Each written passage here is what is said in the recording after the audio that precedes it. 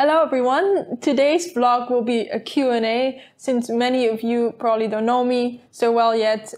Today I just wanted to answer some questions so you get a better picture of who I am.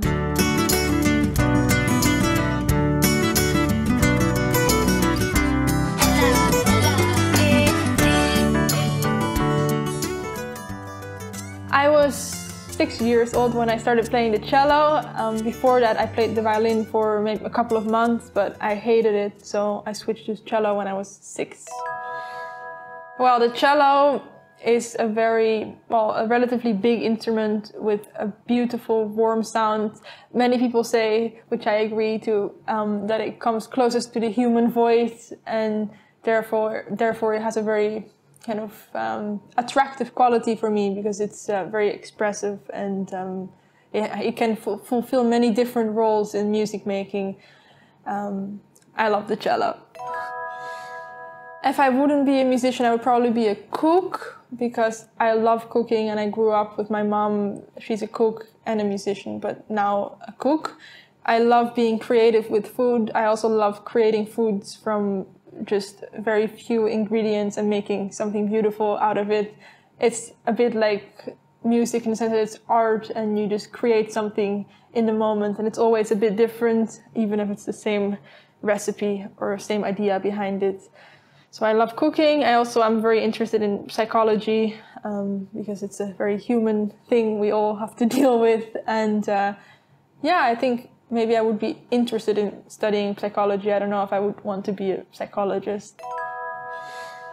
Well, first of all, I try not to see it as my profession because it's something I love doing and I love the music I play. So that's the most important thing, that you really loved what you do, because it's too much work to see it as a profession. It's too difficult for that, I think, because it takes every day a lot of work and a lot of dedication, patience.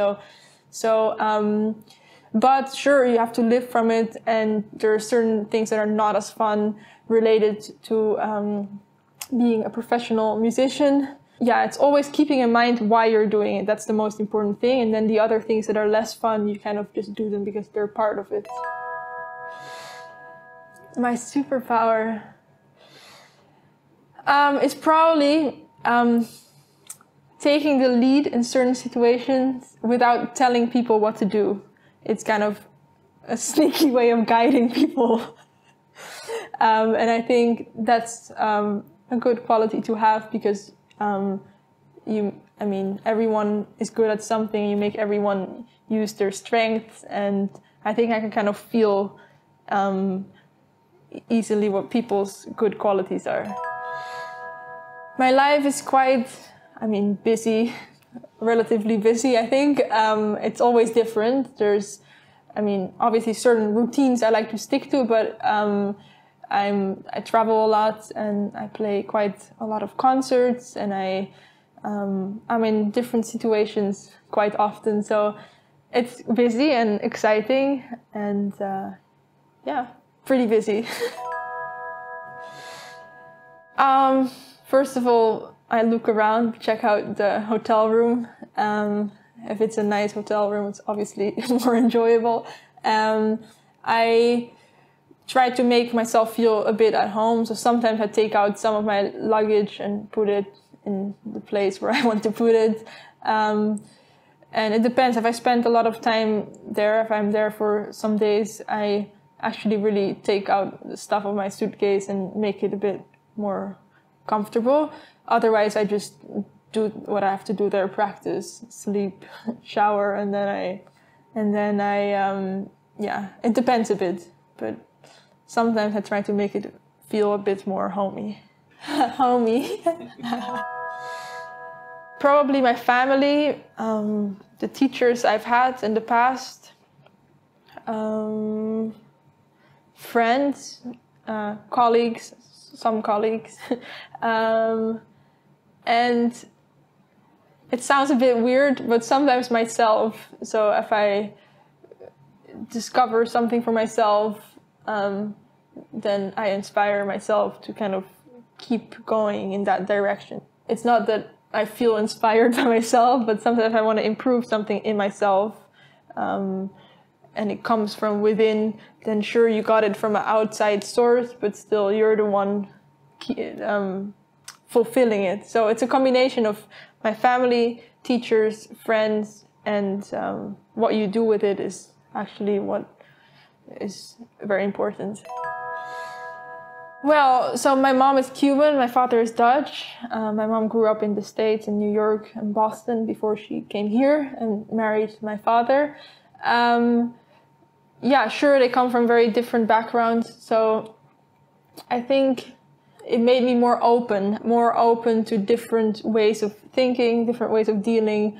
And there's more choices to pick from because I have more of a broader background than just being only from here or only stuck in Cuba. So there's a broader range of influences.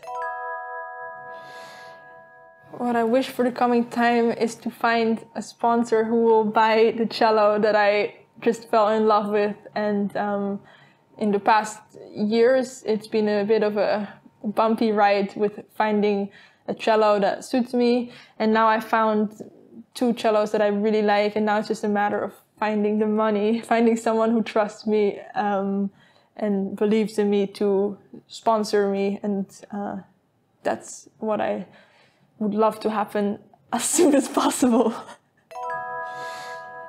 I think a lot of love for what you do, patience, hard work, and some enjoyment too. But hard work is definitely important, and yeah, without loving what you do, there's no way you're gonna be successful.